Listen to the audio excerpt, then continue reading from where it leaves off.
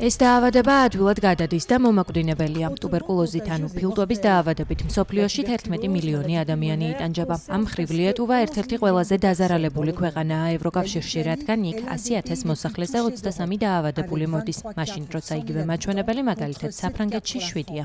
პრინციპში ეს ჩვენი ისტორიის ბრალია. საბჭოთა კავშირის დაშლის შემდეგ დაავადებულთა რიცხვმა იმატა. ყველაზე მაღალ მაჩვენებელს 87 შემთხვევას 100,000 კაცზე 1997 წელს მიაღწია. მერე ვითარება თანდათან გაუმჯობესდა. ეს ენდემური პრობლემა, რომ მოგვეგვარებინა ევროკავშირმა საავადმყოფოს განახლებაში ჩადო ინვესტიცია. C'est un geste habituel pour ce médecin, mais un mauvais moment. ის რაც ჩვეულებრივი რუტინაა ექიმისთვის უსიამოვნო წუთებია პაციენტისთვის. ბრონქოსკოპი, რომელიც ევროკავშირის დახმარების შედეგად მიღებული ახალ-ახალი ინსტრუმენტია, საშუალებას აძლევს ექიმს, რომ ტრაქეა და ბრონქები გამოიკვლიოს. ეს მნიშვნელოვანი ფაქტორია ტუბერკულოზის დიაგნოზის დასმისთვის. კაუნასის გარეუბანში, რომელიც ლიეტუვის სიდიდით მეორე ქალაქია, რომაინიუს საავადმყოფოში ტუბერკულოზით დაავადებულ პაციენტებს 1927 წლიდან მკურნალობენ.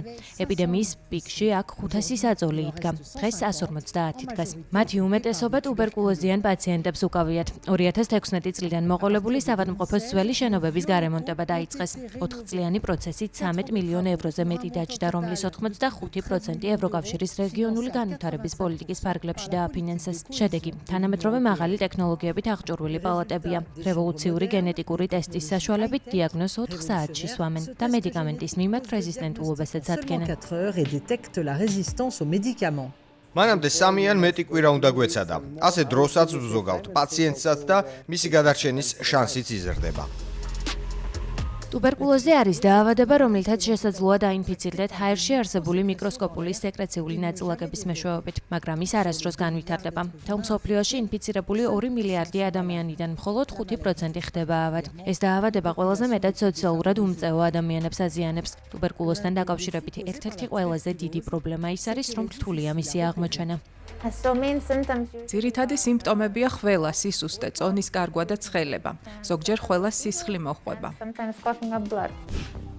ალმა 6 თვით მოათავსეს საავადმყოფოში. მისი მკურნალობა შეიძლება კიდევ 18 თვის გაგრძელდეს.